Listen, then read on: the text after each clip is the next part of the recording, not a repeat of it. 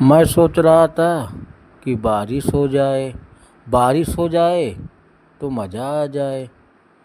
पर बारिश जब हो गई तो जब रास्ते में कहीं घूमने निकला तो कहीं इधर चहटा कहीं उधर चहटा, कहीं इधर किच कहीं उधर पीच साला बड़ा कन्फ्यूजन हो रहा है।